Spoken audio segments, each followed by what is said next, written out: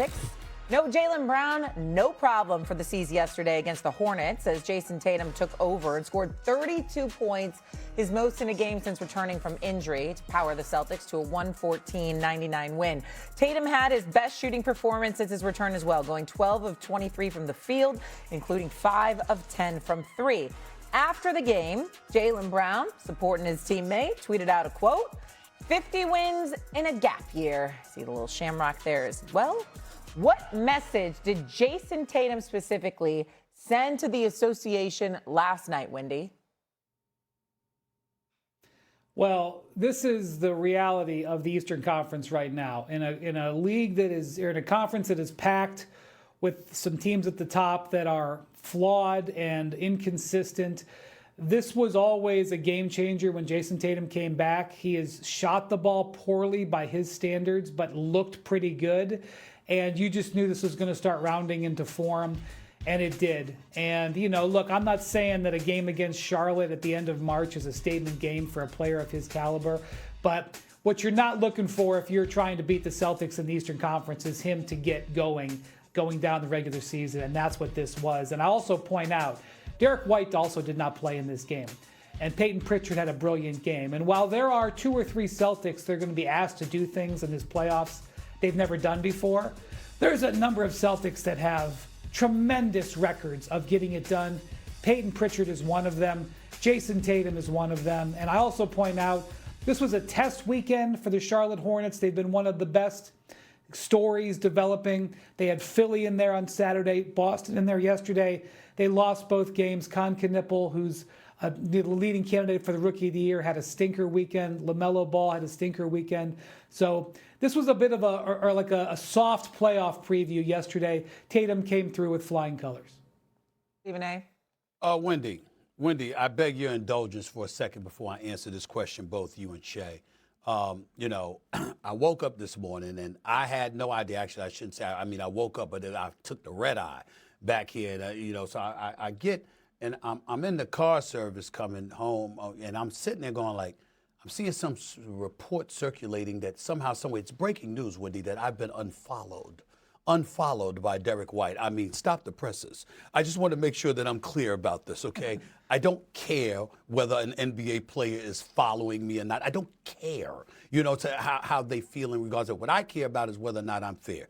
And when it comes to a Derek White and a Peyton Pritchard, I want to say these 2 guys have been great this year. Derek White's only missed 4 games. Peyton Pritchard's only missed 2.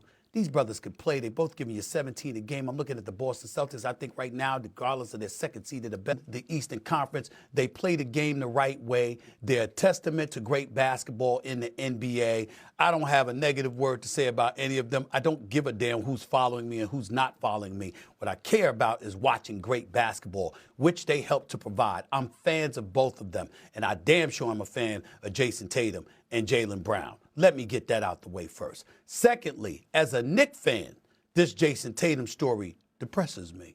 Because when he came on First Take, I tried to get him to sit out the year, Wendy. I ain't gonna lie to you. I tried to get him to sit out the year. I mean, don't rush it back. Don't rush it back. We don't need that problem. You understand what I'm saying? Clearly, he didn't listen, and that's much to my dismay.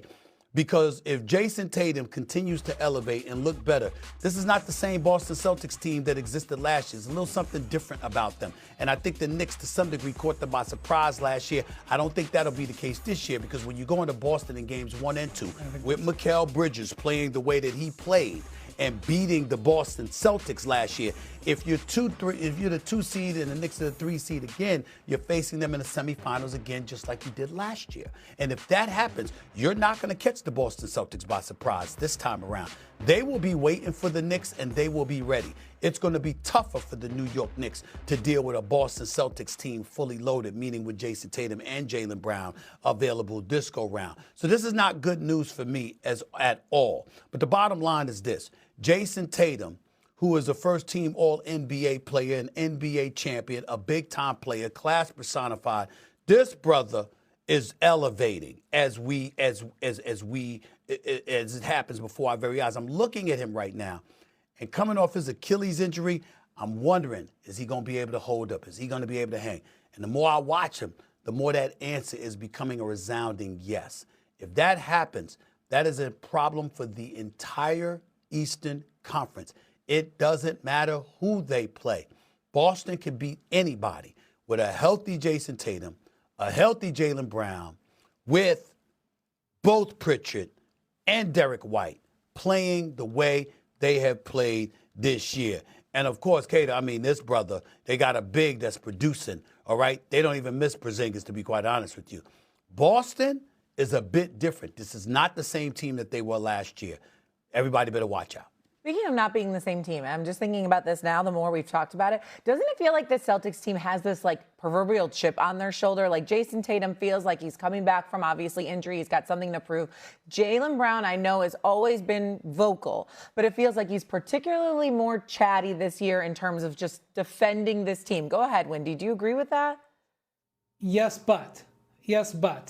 It's not a gap year anymore. So here's the thing. Yes, at the beginning of the season, the Celtics were expectation free. And by the way, when you're playing well like Jaylen Brown is playing, you have all the right to beat your chest. That's totally fine.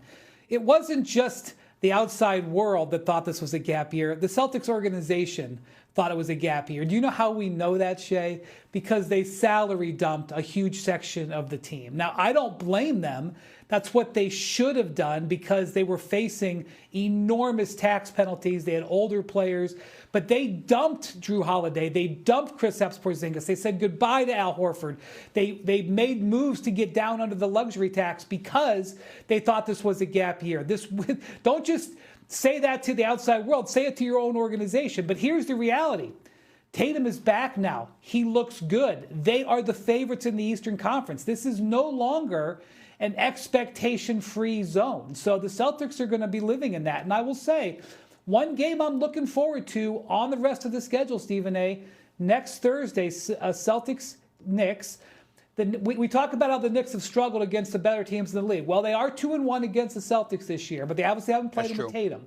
That's actually a real race for the number 2-3 seed, and that could be home court, could be valuable. So we got a big game coming from them, and we're going to get a test on where the Knicks are with them. But I absolutely take my hat off to the Celtics, but forget about gap year. That's retired. It's now expectation year. But you also want, listen, and it's also a big game from the standpoint that if you're the Knicks, you want to send a message. You don't want to elevate Boston's confidence more so than it already exists. That's number one.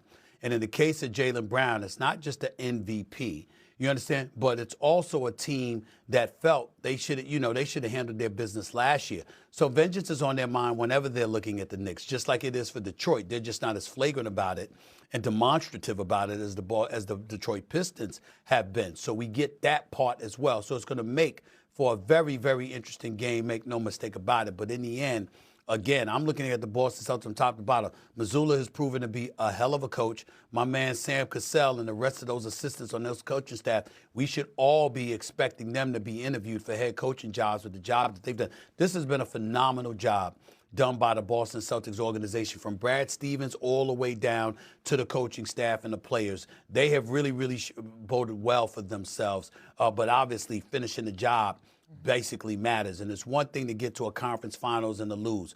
It's another thing to face the New York Knicks in the conference semifinals for a second year in a row and lose to them again. I think Boston is going to do everything they can to make sure that doesn't happen. And that's what makes it so compelling.